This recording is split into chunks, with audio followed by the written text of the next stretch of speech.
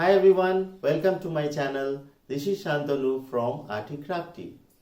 Today I am going to show you a very easy method to make grasses for the bulletin board. So here we go.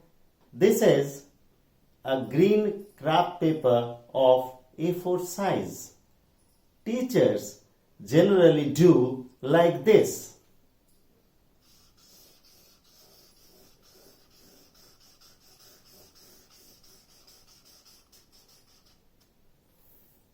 But it is the wrong method. So let's start for the easy method. Let's synchronize.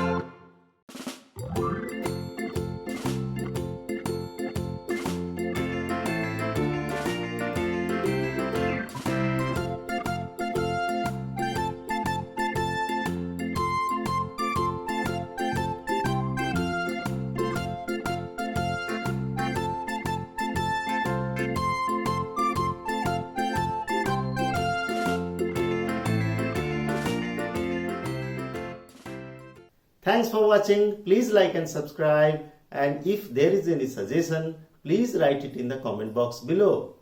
See you in the next video. Bye.